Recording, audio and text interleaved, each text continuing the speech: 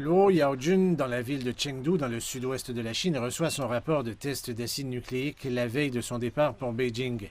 La capitale exige que les personnes originaires de zones à faible risque présentent la preuve d'un test négatif à leur arrivée. En tant que citoyens, nous devons soutenir la politique de lutte contre la pandémie du pays. C'est également une responsabilité envers les autres. Alors j'ai amené ma femme et mon fils ici plus tôt pour un test. La fête du printemps est la saison de voyage la plus chargée en Chine chaque année. La plupart des gens rentrent chez eux pour des réunions de famille à cette occasion importante. Mais des éclosions sporadiques de COVID-19 ont rendu cette année assez différente. Beijing n'est pas la seule ville à émettre des restrictions de voyage. Je retourne au Xinjiang pour reprendre le travail, comme les autorités locales l'exigent. Nous devons fournir un rapport de test effectué dans les 7 jours et passer par une semaine de quarantaine. Je retourne à Lhasa au Tibet pour travailler. Je ne suis pas certain des politiques locales, mais comme il s'agit d'un voyage interrégional, un test me facilitera la tâche.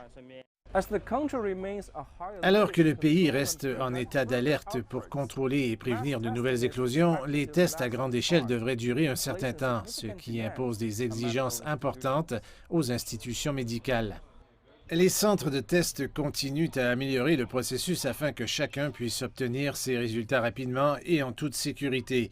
Cet hôpital de Chengdu, par exemple, a reçu quelques 1000 personnes aux heures de pointe, mais aucune grande foule n'a été vue se rassembler. Les gens peuvent prendre rendez-vous et payer la facture via une application téléphonique et ils termineront les tests dans les 5 minutes sur le site. Nos laboratoires sont également bien préparés. Nous avons 56 employés au laboratoire et 41 d'entre eux sont qualifiés pour faire des tests. Beaucoup de gens disent que des contrôles rigoureux de la pandémie ont effectivement causé des problèmes, mais ils sont prêts à respecter les règles pour rester en sécurité. Pendant ce temps, les prix des tests ont considérablement baissé dans tout le pays sous les ordres du gouvernement, soulageant les voyageurs de charges fiscales causées par les tests fréquents.